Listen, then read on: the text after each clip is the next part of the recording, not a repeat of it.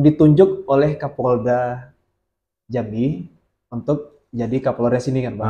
Nah, mau nanya, Pak, visi misi dan agenda besarnya apa, Pak? Mungkin bisa di-spill ke teman-teman. Visi misi agenda besar saat saya mendapat TR tanggal 28 Desember, kami menghadap ke Pak Kapolda. Beliau menyampaikan laksanakan dengan baik. Visi misi ataupun agenda yang besar adalah, tapi semua alhamdulillah bisa terungkap, bisa kita atasi semua. Jadi ya tadi kita harus sama-sama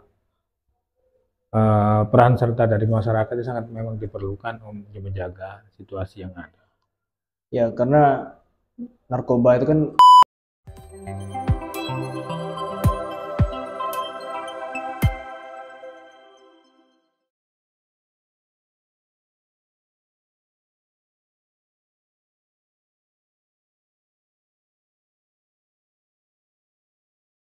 Halo semuanya, kembali lagi dengan saya Gifari Halekotama selaku host di Biar Paham Podcast. Kali ini saya bersama Bapak Kapolres Kerinci, yaitu Bapak AKBP Muhammad Mujib SH SIK ya Pak?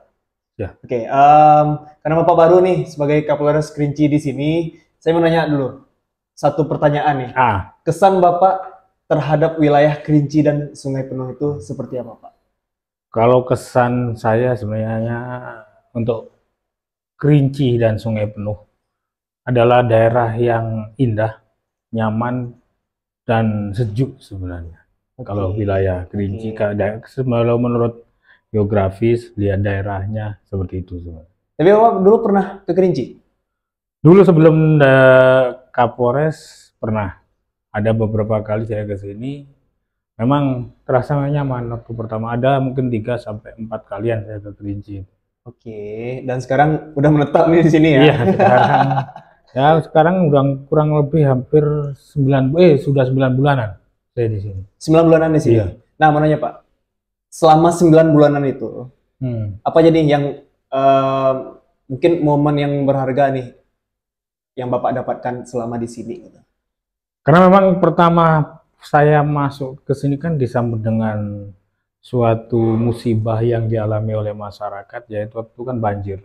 Banjir yang melanda, dan memang kita harus membuat program atau melaksanakan kegiatan yang untuk membantu dengan masyarakat, biar masyarakat ini merasa dia dibantu oleh pemerintah hadir untuk membantu masyarakat. Iya, saya dulu juga sempat ini Pak, akrab dengan Kapolres yang lama. Dan akhir masa jabatannya itu kan Bapak masuk tuh. Ya. Tiba-tiba banjir nih. Ya. Di wilayah Kerinci dan Sungai Penuh kan. Ya banjir yang paling gede tuh. Dulu terakhir banjir itu tahun 2000. Nah sekarang yang paling gede itu Pak. Ya. Jadi shock terapi lah ya Pak.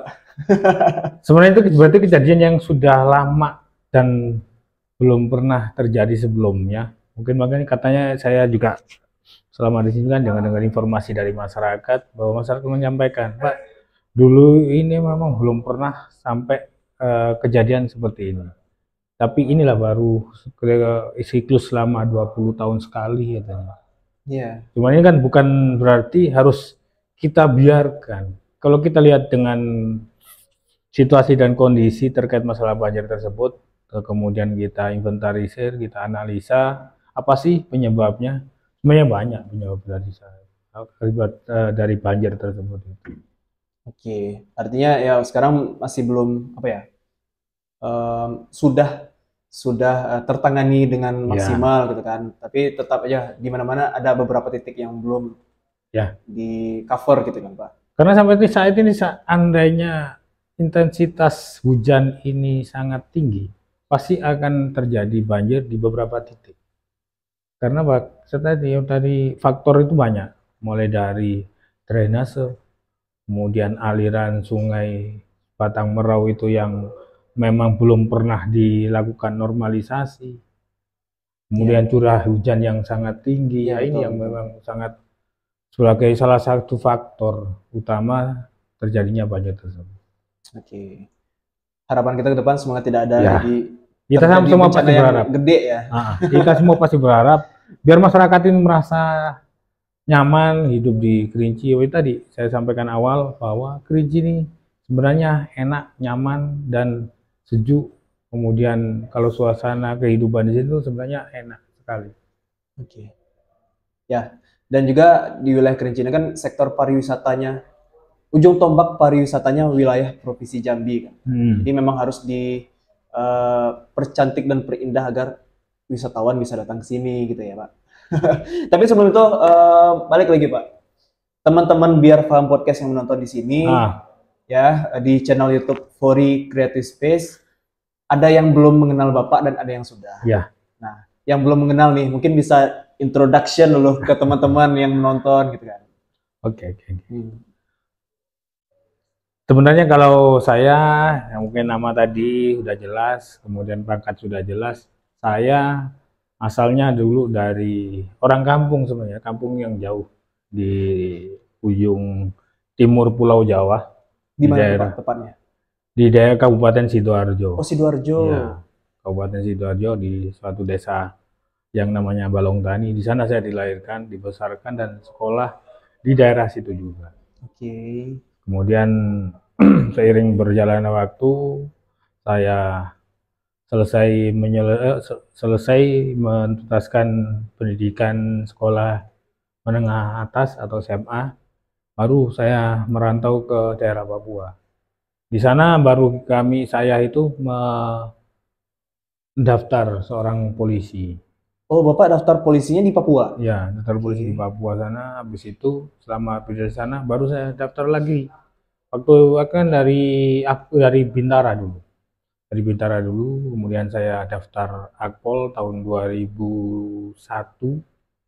Daftar, akhirnya saya lulus waktu itu. Lulus sehingga pendidikan di Akpol. Setelah itu baru pendidikan Akpol itu sampai 3,5 tahun. Sampai 2004 saya lulus, baru penempatan di Kalimantan Barat. Oke. Kalimantan Barat itu kurang lebih 6 tahun di sana, baru pendidikan lanjutan perguruan tinggi ilmu kepolisian di Jakarta selama 2 tahun, baru penempatan di Banten. Setelah Banten selama 9 tahun di sana, baru saya sekolah lagi lanjutan tingkat menengah itu kan, yaitu di Sespim. Setelah Sespim lah baru saya penempatan di Polda Jambi. Akhirnya sampai sekarang di sini. Sampai sekarang ya? Ya. Dan ini juga arahan dari Pak Kapolda ya untuk Bapak bisa menjadi Kapolres di sini ya Pak?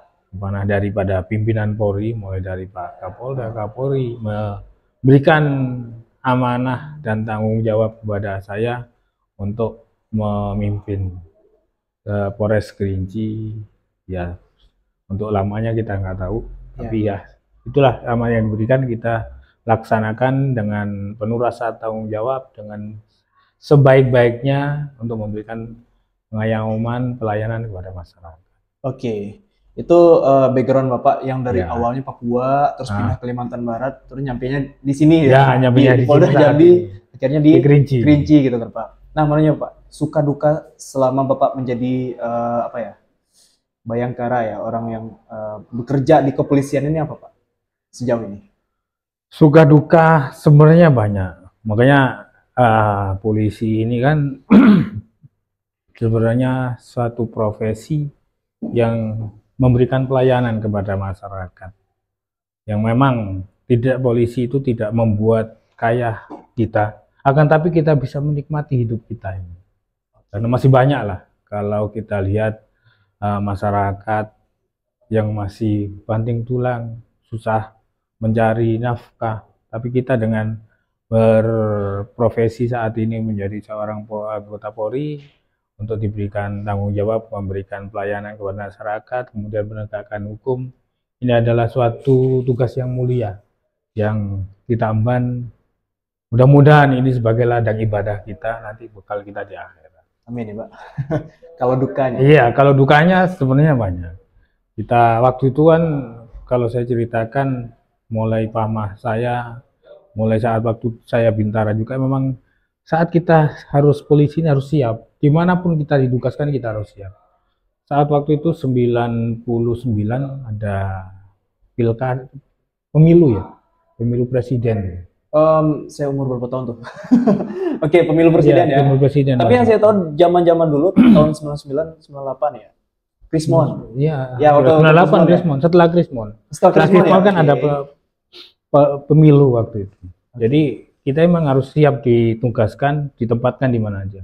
Waktu itu saya ditugaskan untuk mengamankan TPS. Jadi saya berangkat dari kota Jayapura ini ke daerah transmigrasi di daerah Nabire. Saya berangkat ke sana dengan membawa kotak suara di daerah trans dengan mengarungi lautan karena memang harus menyeberangi lautan lewat kapal, kemudian membawa dari Jayapura ke Nabire memang kapal besar. Kemudian dari Nabire ke tempat trans ini menggunakan kapal klotok, orang sana bilang itu. Kita dengan masuk muara itu dengan ombak yang tinggi besar. Iya. Kemudian di situ kita tidur di tempatnya masyarakat daerah trans itu. Kemudian balik lagi ke Jakarta karena kita harus memastikan bahwa kota ini harus aman mulai dari kita bawa awal sampai selesainya. Ini sebenarnya kok seperti ini sebenarnya karena di daerah trans sendiri kan memang serba keterbatasan. Kemudian itulah selesai, alhamdulillah semua berjalan dengan aman. Saat waktu itu masih Bintara, makanya kemudian saat kita perwira pun ya masih banyak. Mungkin saat pelaksanaan saya itu yang saya miris waktu itu saat tadi saya kanit reskrim di Polsek di Kalimantan Barat di sana sebagai seorang kanit reskrim di Polsek Palu. Waktu itu saya memang kita diperintahkan untuk melaksanakan penindakan terkait masalah illegal logging. Jadi waktu itu saya melakukan penyelidikan sampai tidur di Amperan karena mendengar untuk mengetahui lewatnya kapal tersebut. Akhirnya saya bisa nangkap dan membawa salah satu tersangka. Pas saat itu juga istri saya lagi melahirkan di Jawa, jadi saya nggak bisa nemenin. Anak pertama. Saya itu. Ini cuman lewat setelah saya sampai yang dapat sinyal, baru saya sampai dikasih kabarin bahwa anak saya udah lahir. Jadi itu sebenarnya duka kita sebenarnya kok lahiran anak kita nggak bisa dampingin kan itu yang sebenarnya suatu kejadian atau yang harusnya kita hadir di sana. Tapi ya itulah. Apapun yang resiko yang kita hadapi, kita harus laksanakan. Tapi mau nanya Pak, zaman dulu sama zaman sekarang, Papua tuh aman nggak sih? Sebenarnya aman.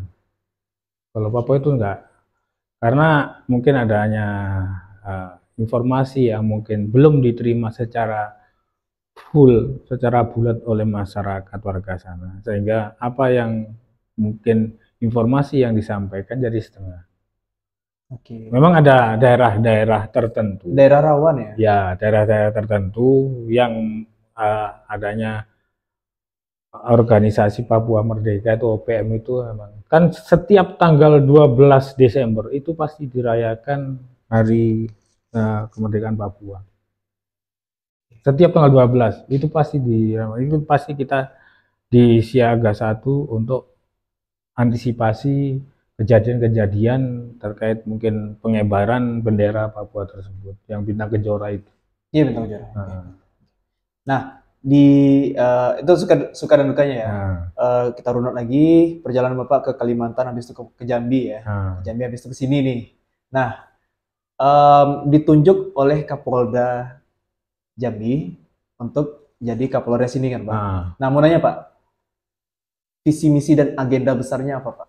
Mungkin bisa di-spill ke teman-teman. Visi misi agenda besar saat saya mendapat TR tanggal 28 Desember, kemudian saya beserta Kapolres waktu itu sama yang ada Kapolres Bungu, Kapolres Sarolangun,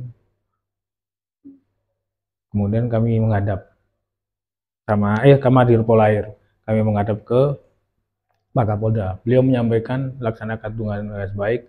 Visi misi ataupun agenda yang besar adalah amankan pemilu dengan baik. Karena wilayah Kerinci adalah wilayah yang dikenal pasti sering terjadi konflik apabila dilaksanakan kegiatan ataupun agenda-agenda besar. Iya. Ini yang Iya. sebagai visi yang awal yang kami laksanakan. Kemudian tadi laksanakan tugas dengan baik.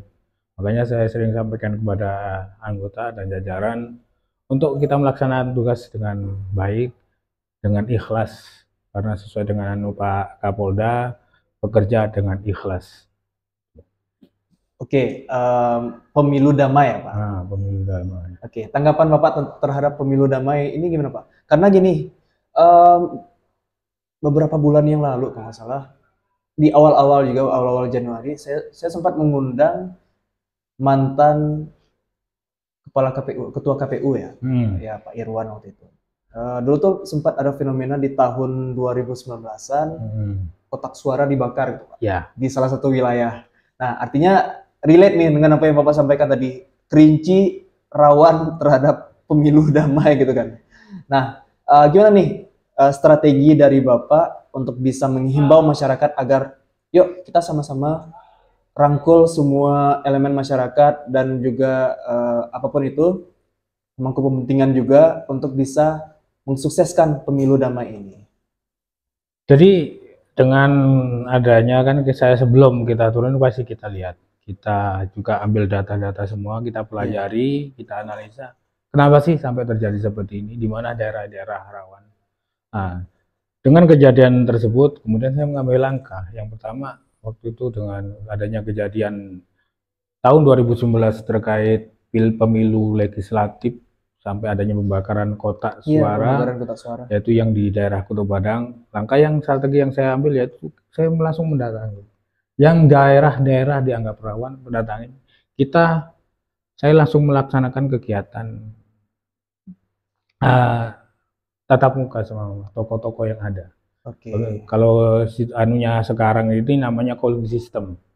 Kita situ ngambil mengajak komunikasi dengan masyarakat, mengajak masyarakat untuk berperan serta membantu menjaga situasi yang ada. Kemudian yang strategi yang kedua, melaksanakan kegiatan turun langsung ke lapangan. Mendatangi tempat-tempat yang memang dianggap rawan saat pelaksanaan pemilu.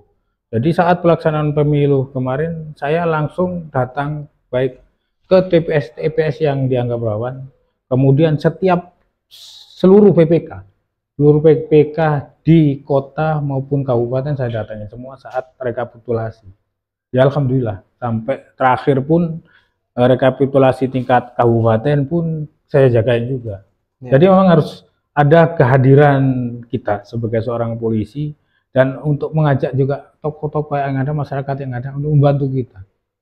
Karena memang keterbatasan personil, nggak mungkin di wilayah kita ini luas, dengan luas wilayah, jumlah masyarakat yang memang lebih banyak daripada jumlah anggota Polri.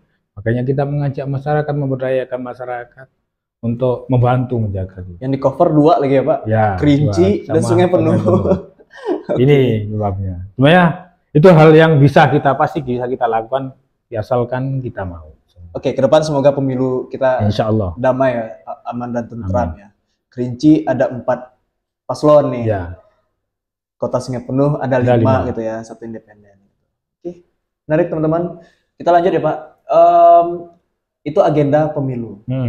Nah, agenda yang lain mungkin ada nggak Pak? Keamanan. Kalau agenda keamanan dan ketertiban memang untuk saat ini kalau kita lihat mungkin selama saya menjabat mulai dari Januari sampai Agustus sampai Oktober ini, untuk angka kriminalitas yang ada yang cukup tinggi dan cukup rawan ini adalah masalah peredaran narkoba. Ini yang cukup tinggi sebenarnya.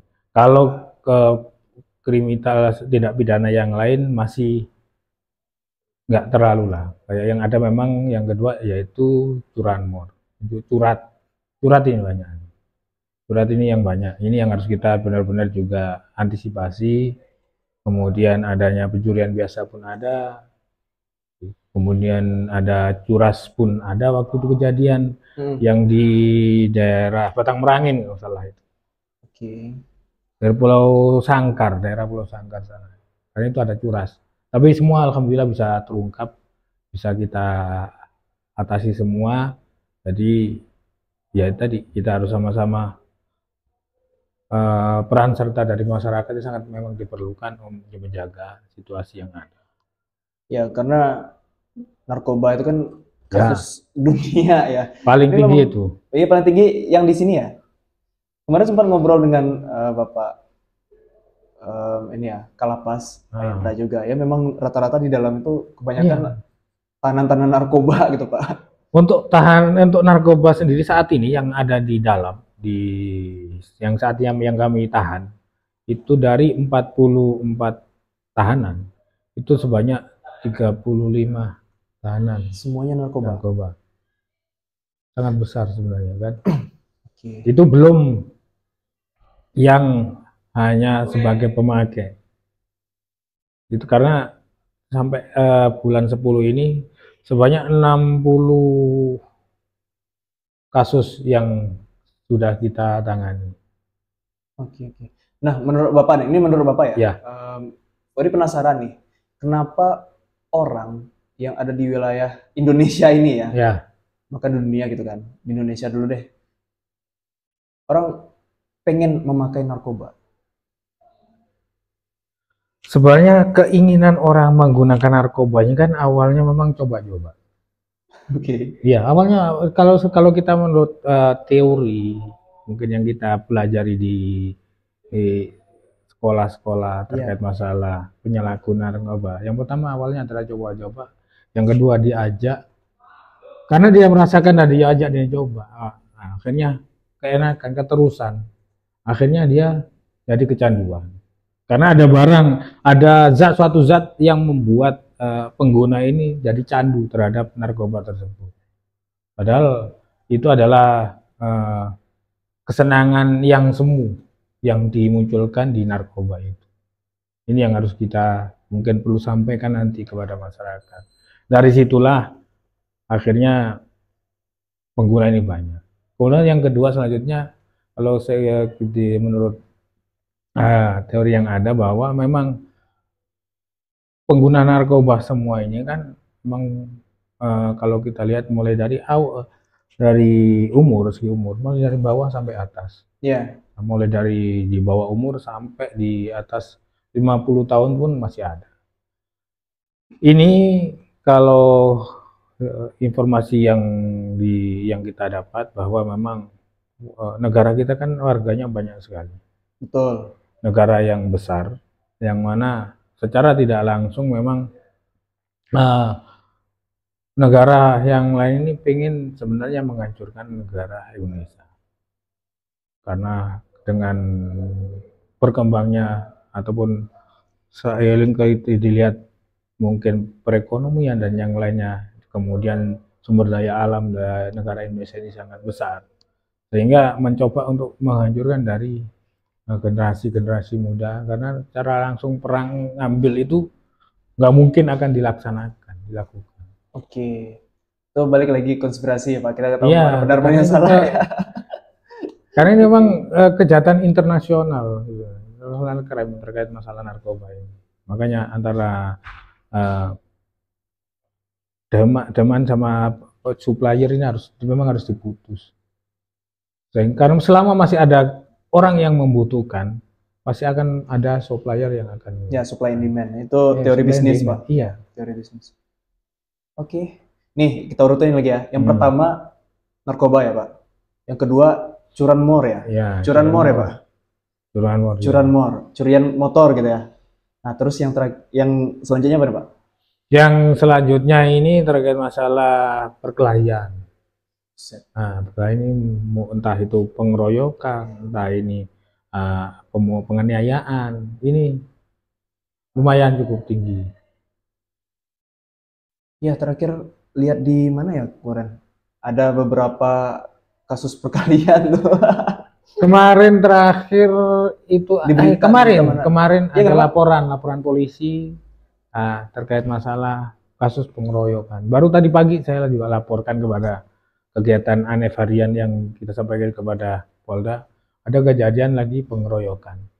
Ini ya tadi Kemudian karena apa tadi ya, masyarakat ini masih emosinya masih cukup tinggi dan tidak bisa menahan dirinya masing-masing. Ini adalah salah satu permasalahan yang harus kita sikapi bersama. Kemarin terakhir yang kita proses sampai sidang sudah selesai adalah perkelahian antar pemuda, pengeroyokan seorang pemuda yang di Sungai Abu. Ya, Ya, tahu ya, ya. tahu. Ya. Itu kan anak muda itu. Nah, itu yang perlu kita nanti sampaikan kepada seluruh masyarakat, mungkin perlu disampaikan di channel ini juga, biar masyarakat paham. Janganlah kita apabila selalu menahan dirinya masing-masing lah, menahan emosinya masing-masing, biar tidak sedikit kita kelahi, sedikit kita pengeroyokan. Karena mungkin kalau kita lihat di media sering kita lihat di berita-berita di media, adanya mungkin di Jakarta itu geng-geng motor. Iya. Ya, kemudian kemarin ada juga kan informasi mungkin di media online kita atau medsos kita bahwa di daerah Kotoiman adanya geng motor, tapi itu adalah seorang kelompok pemuda dan itu sudah kita tangani dan mereka pun sudah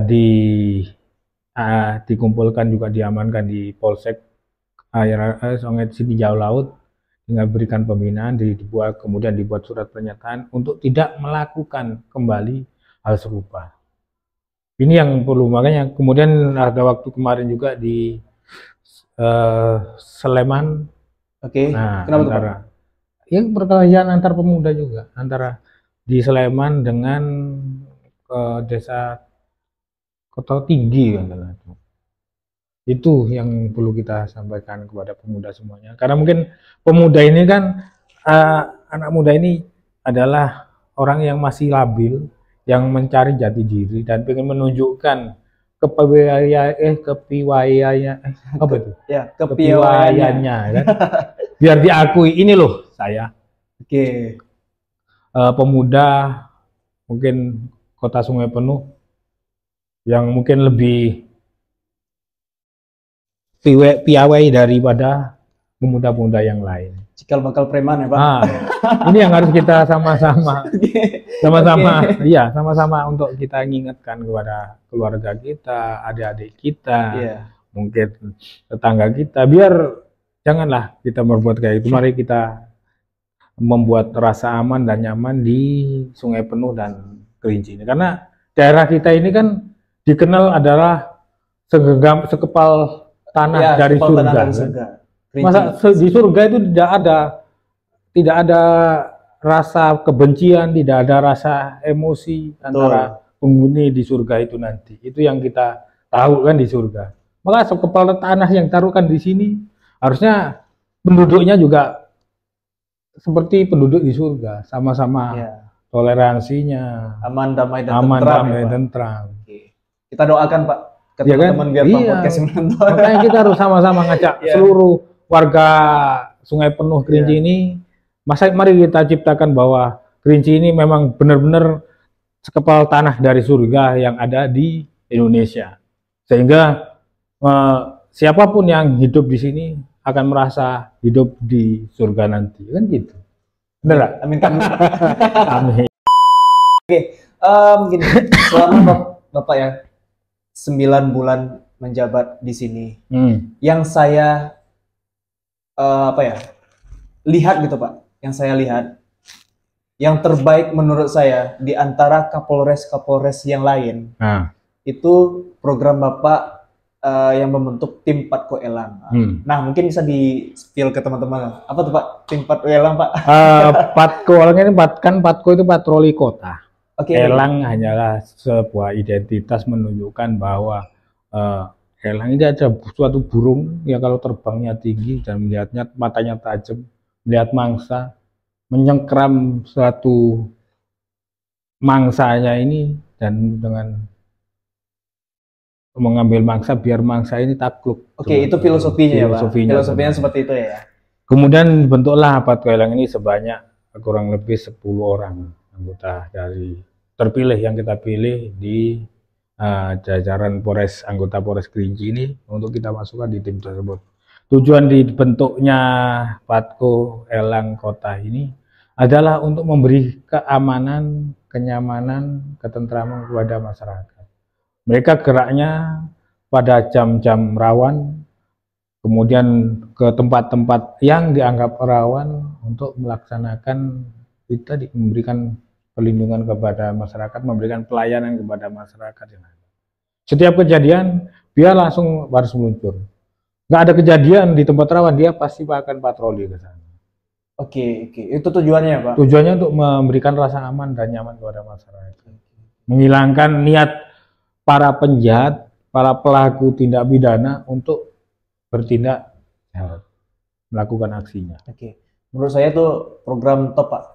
Karena sejauh ini belum ada, dan saya melihat nih, selama saya beberapa tahun di sini, saya melihat ini gebrakan yang menarik, dan seharusnya nanti ke depan siapapun yang menjabat sebagai Kapolres dilaksanakan dengan terus menerus gitu kan, Pak? Ya, ini pasti mudah-mudahan kita semua pasti berharap, masyarakat juga pasti berharap ini akan berjalan kontinu, akan berkesinambungan, dan masyarakat ini dengan adanya itu bisa merasa tenang apabila mungkin keluar malam pada tempat-tempat keramaian atau tempat-tempat yang sepi, mereka akan merasa nyaman. Itu tujuan kita sebenarnya. Oke. Menarik, teman-teman.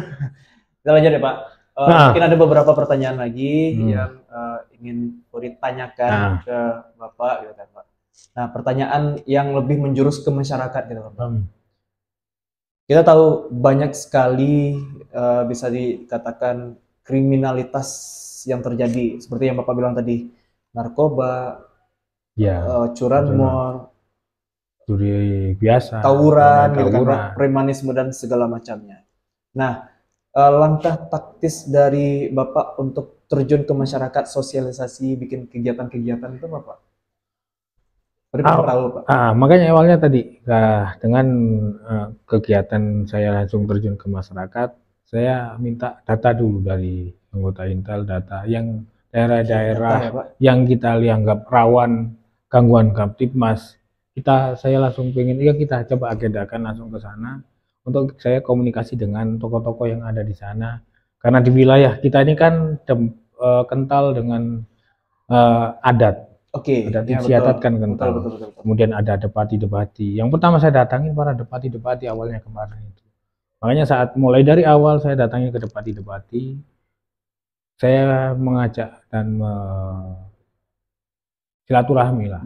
Silaturahmi, nitip diri karena orang baru, dengan adat istiadat yang ada di sini, dengan kedepatian yang ada di sini, saya coba sampaikan.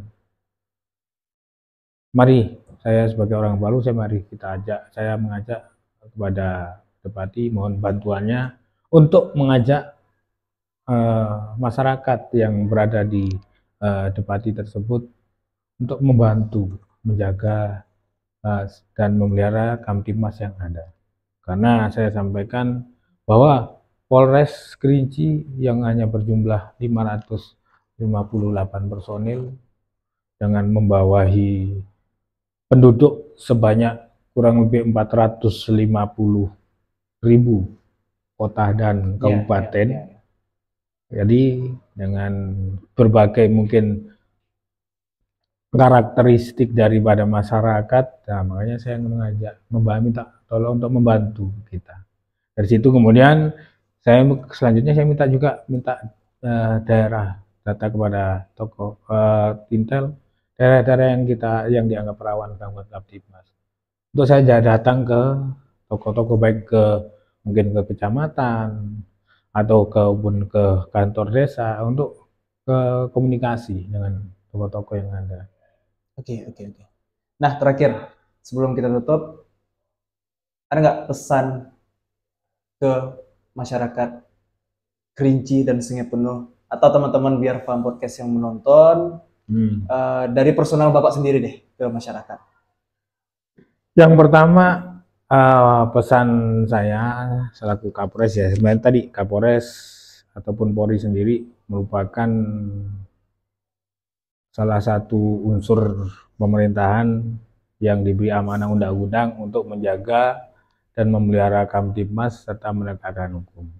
Yang pertama, marilah kita sama-sama kepada seluruh warga menjaga situasi Kamtibmas yang ada, membantu untuk melaporkan kepada kami, kepada Polres Kerinci, setiap adanya kejadian, setiap adanya pelanggaran ataupun informasi terkait masalah apapun, silakan dilaporkan. Saya juga sudah membuat dan menyebarkan nomor telepon Halo Pak Kapolres. Di setiap desa pun sudah ada, kalau nggak salah itu. Oh, sudah ada ya, Pak? Iya. Nomor tersebut, sila melaporkan hal tersebut, pasti akan kami tindak lanjuti.